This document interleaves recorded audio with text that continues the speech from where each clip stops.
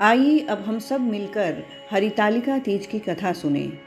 एक बार भगवान शंकर ने माता गौरी से कहा, हे गौरी, पर्वतराज हिमालय पर स्थित गंगा के तट पर तुमने अपनी बाल्यावस्था में 12 वर्षों तक अधोमुखी होकर घोर तप किया था। इतनी अवधि तुमने अन्न न खाकर पेड़ों के सूखे पत्ते चबाकर व्यतीत किए। माघ की विकराल शीतलता में तुमने निरंतर जल में प्रवेश करके तप किया। वैशाख की जला देने वाली गर्मी में तुमने पंचांगिन से शरीर को तपाया। श्रावण की मूसलाधार वर्षा में खुले आसमान के नीचे बिना अन्न जल ग्रहण किए समय व्यतीत किया। तुम्हारे पिता तुम्हारी कष्ट साध्य तपस्या को देखकर बहुत दुखी होते थे। उन्हें बड़ा क्लेश होता था। तब एक दिन तुम्हारी तपस्या और पिता के क्लेश को देखकर नारद जी तुम्हारे घर पधारे। तुम्हारे पिता ने हृदय से अतिथि सत्कार करके उनके आने का कारण पूछा। नारद जी ने कहा, गिरिराज, मैं भगवान विष्णु के भेजने पर यहाँ उपस्थित हुआ हूँ। आपकी कन्या ने बड़ा कठोर तप किया है। इससे प्रसन्न होकर वे आपकी सुपुत्री से विवाह करना चाहते हैं। इस संदर्भ में आपकी राय जानना चाहता हूँ। नारद जी की बात सुनकर हरिराज गदगद हो गए। उनके तो जैसे सारे क्लेश ही दूर हो गए। प्रसन्नचित होकर वे बोले, श्रीमान, यदि स्वयं विष्णु मेरी कन्या का वरण करना चाहते हैं तो भला मुझे इसमें क्या आपत्ति हो सकती है। वे तो साक्षात ब्रह्म हैं। हे महर्षि, यह तो हर पिता की इच्छा होती है कि उसकी पुत्री सुख संपदा से युक्त पति के घर की लक्ष्मी बने।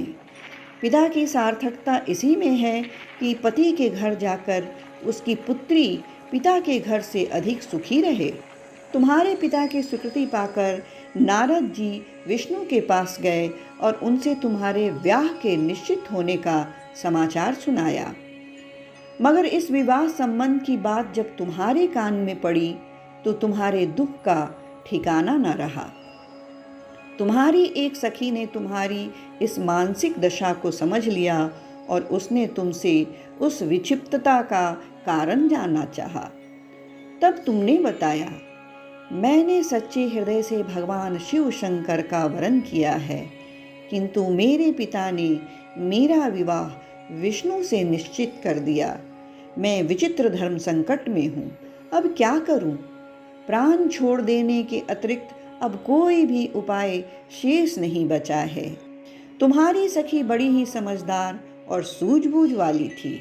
उसने कहा, सखी, प्राण त्यागने का इसमें कारण ही क्या है? संकट के मौके पर धैर्य से काम लेना चाहिए। नारी के जीवन की सार्थकता इसी में है कि पति रूप में हृदय से जिसे एक बार स्वीकार कर लिया, जीवन पर्यंत उसी से निर्वाह करे। सच्ची आस्था और एक निष्ठा के समक्ष तो ईश्वर को भी समर्पण करना पड़ता है। मैं तुम्हें घनघोर जंगल में ले चलती हूँ, जो साधना स्थली भी हो और जहाँ तुम्हारे पिता खोज भी ना पाए। वहाँ तुम साधना में नील हो जाना। मुझे विश्वास है कि ईश्वर अवश्य ही तुम्हारी सहायता करेंगे। तुमने ऐसा ही किया। तुम्हारे पिता तुम्हें घर पर न पाकर बहुत दुखी हुए तथा चिंतित भी हुए। वे सोचने लगे कि तुम जाने कहाँ चली गई। मैं विष्णु जी से उसका विवाह करने का प्रण कर चुका हूँ। यदि भगवान विष्णु बारात लेकर आ गए और कन्या घर पर न हुई तो बड़ा अपमान होगा। मैं तो कहीं मुख दिखाने के योग्य भी नहीं रहूंगा। यही सब सोचकर गिरिराज ने जोर शोर से तुम्हारी खोज शुरू करवा दी। इधर तुम्हारी खोज होती रही और उधर तुम अपनी सखी के साथ नदी के तट पर एक गुफा में मेरी आराधना में नील थी। भाद्रपद शुक्ल तृतीया को हस्त नक्षत्र था। उस दिन तुमने रेत के शिवलिंग का निर्माण करके व्रत किया। रात भर मेरी स्तुति के गीत गाकर जागी। तुम्हारी इस कष्ट साध्य तपस्या के प्रभाव से मेरा आसन डोलने लगा। मेरी समाधि टूट गई। मैं तुरंत तुम्हारे समक्ष जा पहुंचा और तुम्हारी तपस्या से प्रसन्न होकर तुमसे वर मांगने के लिए कहा। तब अपनी तपस्या के फलस्वरूप मुझे अपने समक्ष पाकर तुमने कहा, मैं हृदय से आपको पति के रूप में वरण कर चुकी हूँ।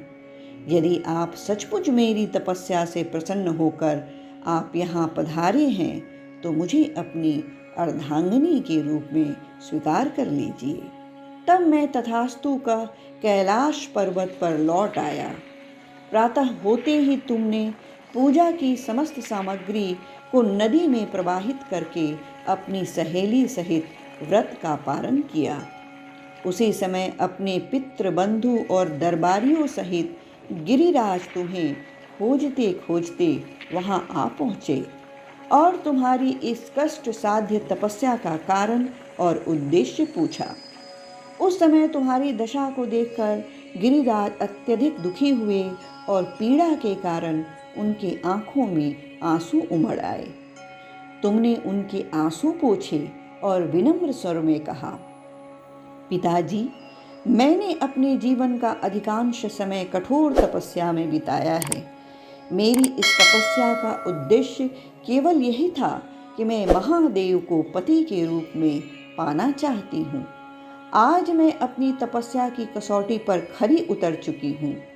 आप क्योंकि विष्णु से मेरा विवाह करने का निर्णय ले चुके थे, इसलिए मैं अपने आराध्य की खोज में घर छोड़कर चली आई। अब मैं आपके साथ इसी शर्त पर घर जाऊंगी कि आप मेरा विवाह विष्णु जी से न करके महादेव से करेंगे। गिरिराज मान गए और तुम्हें घर ले गए। कुछ समय के पश्चात विधि विधान पूर्वक उन्होंने हम दोनों को विवाह सूत्र में बांध दिया। हे पार्वती, भाद्रपद की शुक्ल तृतीया को तुमने मेरी आराधना करके जो व्रत किया था, उसी के फलस्वरूप मेरा तुमसे विवाह हो गया। इसका महत्व यह है कि मैं इस व्रत को करने वाली कुंवारियों को मनोवांछित फल देता हूँ।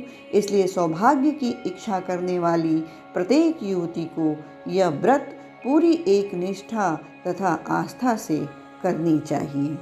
ये थी हरितालिका व्रत की कथा। अब आप किरण राव को आज्ञा दें। नमस्कार।